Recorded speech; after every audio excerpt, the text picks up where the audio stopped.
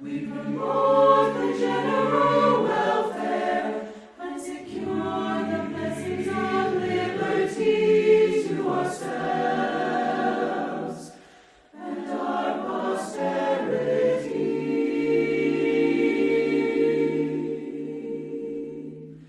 We do ordain and establish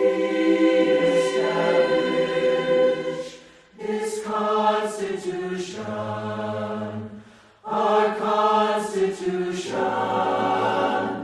for the United States of America.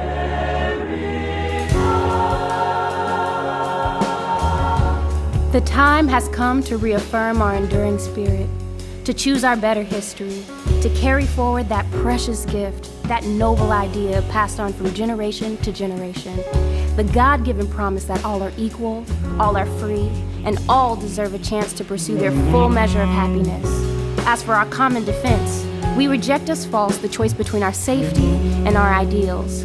Our founding fathers, faced with perils we can scarcely imagine, drafted a charter to assure the rule of law and the rights of man, a charter expanded by the blood of generations. Those ideals still light the world, and we will not give them up for expedience's sake.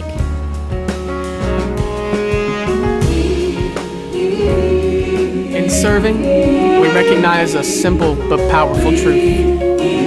We need each other, and we must care for one another. Today, we do more than celebrate America. We rededicate ourselves to the very idea of America. An idea born in revolution and renewed through 2 centuries of challenge.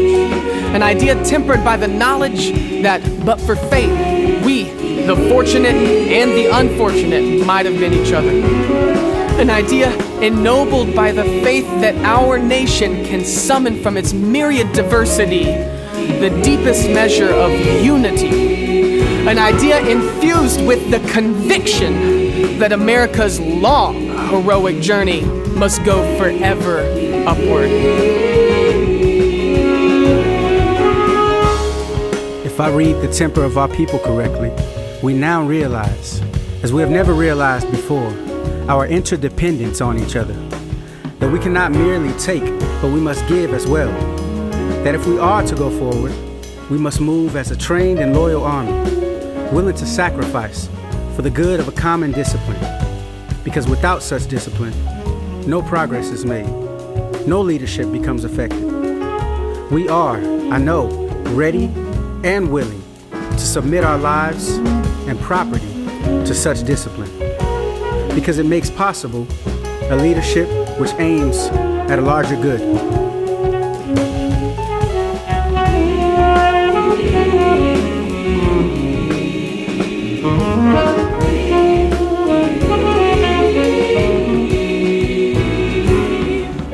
We dare not forget today that we are the heirs of that first revolution.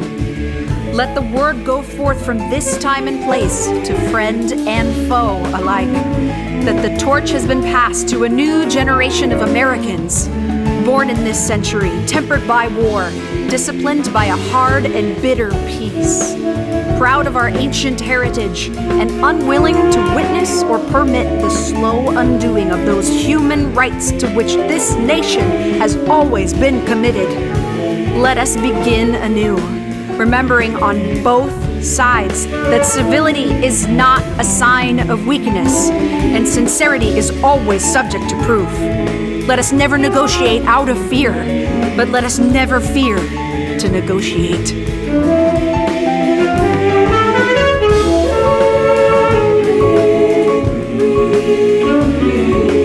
Bear in mind this sacred principle, that though the will of the majority is in all cases to prevail, that will to be rightful must be reasonable. That the minority possess their equal rights, which equal law must protect, and to violate would be oppression. Let us then, fellow citizens, unite with one heart and one mind. Let us restore to social intercourse that harmony and affection without which liberty and even life itself are but dreary things.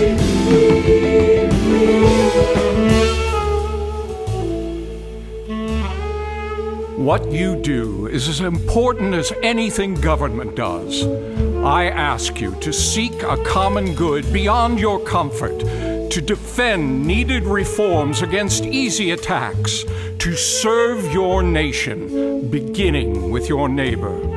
I ask you to be citizens, citizens, not spectators, citizens, not subjects, responsible citizens building communities of service and a nation of character. Americans are generous and strong and decent, not because we believe in ourselves, but because we hold beliefs beyond ourselves. When this spirit of citizenship is missing, no government program can replace it. When this spirit is present, no wrong can stand against it.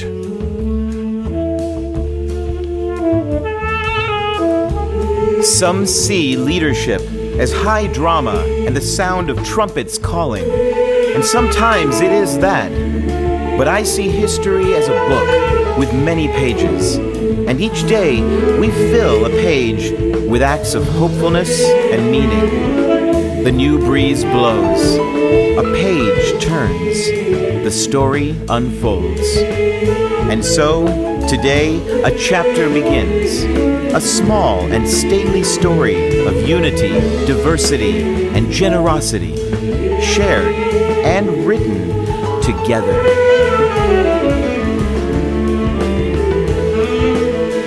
With malice toward none, with charity for all, with firmness in the right as God gives us to see the right, let us strive on to finish the work we are in, to bind up the nation's wounds, to care for him who shall have borne the battle, and for his widow and his orphan, to do all which may achieve and cherish a just and lasting peace among ourselves and with all nations.